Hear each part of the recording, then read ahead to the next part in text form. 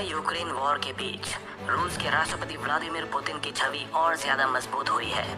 लोग पहले से ही उन्हें एक ऐसे राजनेता के तौर पर देखते हैं जो किसी से न डरता है और न ही झुकता है। 69 साल के व्लादिमीर पुतिन मार्शल आर्ट के खेल जूडो में ब्लैक बेल्ट भी है। इस खेल की दो खूबियां आक्रामकता और चतुराई उनकी नीतियों में भी दिखाई देती है। यही कारण है कि यूक्रेन मुद्दे पर अमेरिका समेत पूरे यूरोप के एक होने के बावजूद पुतिन पीछे हटने को तैयार नहीं है। उन्होंने यूक्रेन के 2 इलाकों को स्वतंत्र देश का दर्जा देकर अपने बुलंद इरादों का भी इजहार कर दिया है। 2014 में जब पुतिन के आदेश पर रूसी सेना ने यूक्रेन के क्रीमिया पर कब्जा किया था, तब भी ऐसी ही धमकियां दी गई थी, लेकिन पुतिन ने इन धमकियों के आगे न झुकते हुए कब्जे को बरकरार रखा, बल्कि यूक्रेन के दूसरे हिस्से में भी अलगाववादियों की खुलकर हर संभव मदद की थी। रूस के सबसे सफल राजनेता है पुतिन। व्लादिमीर पुतिन का पूरा नाम व्लादिमीर व्लादिमीरोविच पुतिन है। 7 अक्टूबर 1952 में जन्मे व्लादिमीर पुतिन की गिनती रूस के सबसे लोकप्रिय और सफल नेताओं में की जाती है। 7 मई 2012 से रूस के राष्ट्रपति पद पर काबिज हुए पुतिन को 2018 के चुनाव में 75% से ज्यादा लोगों ने पसंद किया था। हालांकि वो बात अलग है कि पश्चिमी देश रूस के ऊपर राष्ट्रपति चुनाव में धांधली का आरोप लगाते रहे हैं। इससे पहले भी वे साल 1999 से 2000, 2000 से 2008 और 2008 से 2012 तक रूस के प्रधानमंत्री भी रह चुके हैं।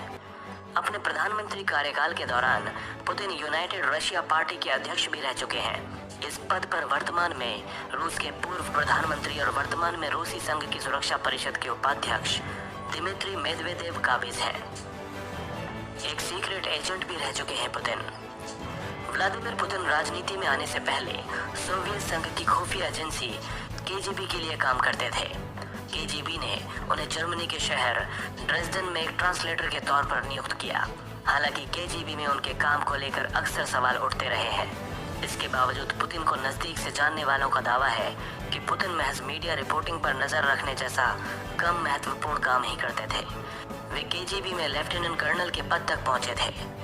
बर्लिन की दीवार गिरने के बाद पुतिन वापस रूस लौट आए और राजनीति में हाथ आजमाना शुरू किया। रूस की राजनीति में पुतिन जैसा कोई नहीं। 1991 में केजीबी छोड़ने के बाद उन्होंने रूस की राजनीति में कदम रखा। वे पहली बार 1996 में राष्ट्रपति बोरिस येल्त्सिन के प्रशासन में बतौर डिप्टी चीफ ऑफ स्टाफ शामिल हुए थे। इसके 1 साल बाद उन्हें रूसी खुफिया एजेंसी केजीबी का अध्यक्ष बना दिया गया।